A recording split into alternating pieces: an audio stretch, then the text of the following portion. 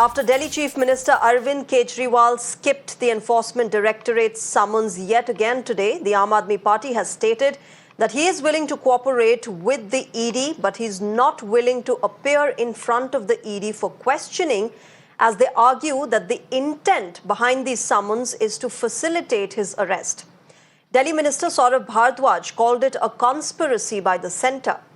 The Bharatiya Janata Party, meanwhile, has hit out, saying that Arvind Kejriwal is afraid since he knows he is going to be caught for being the kingpin of the alleged liquor scam.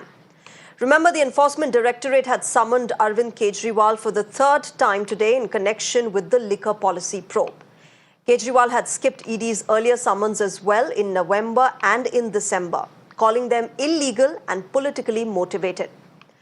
Kejriwal's right-hand man and former Deputy Chief Minister Manish Sisodia is already in jail in connection with this case.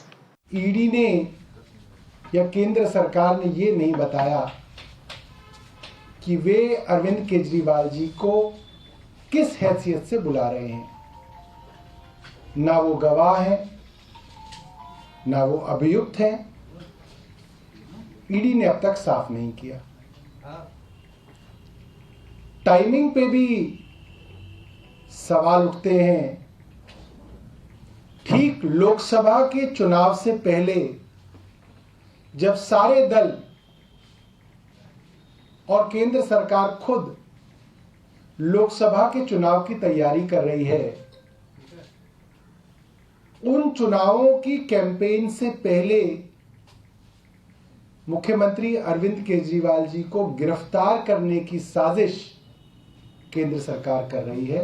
जब 2 बार समन आया तो अरविंद केजरीवाल जी ने स्पष्ट तौर पर कई सवाल पूछते हुए इन्फोर्समेंट डायरेक्टोरेट को चिट्ठी लिखी, लेकिन तीनों बार चिट्ठी भेजने के बावजूद ईडी ने आज तक अरविंद केजरीवाल जी के सवालों का जवाब नहीं दिया।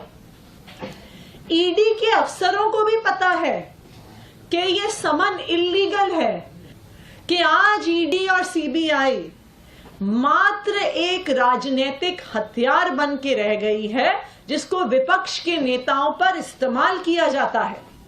आज सबसे बड़ी बेईमान पार्टी आम आदमी पार्टी बनी है, जिनके एक नहीं अनेक मंत्री जेल में है, उप मुख्यमंत्री जेल में है।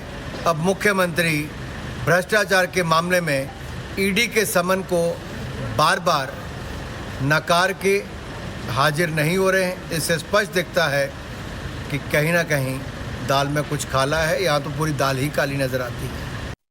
अरविंद केजरीवाल जी ने ईडी के तीसरे सम्मन पर भी पेश होने से इनकार किया। अब फिर वही घिसा पीटा बहाना।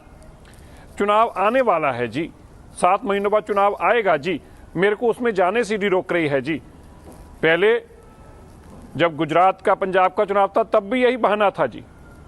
अभी 5 राज्यों का चुनाव हुआ, ईडी ने बुलाया, बोले चुनाव के बाद आऊंगा जी, मुझे वोटों से मांगने से रोका जा रहा है, मेरी सरकार बनने जा रही है। जमानतें वोटें नोटा से भी कम आई। पर सच्चाई क्या है? सच्चाई ये है, अरविंद केजरीवाल जी जानते हैं शराब घोटाले में उनके खिलाफ पुख्ता सबूत हैं, और स्पष्ट है अरविंद केजरीवाल जी ने यह पॉलिसी अपने बड़े बड़े दोस्तों को काम देने के लिए बनाई थी और उनसे करोड़ों रुपया लिया है।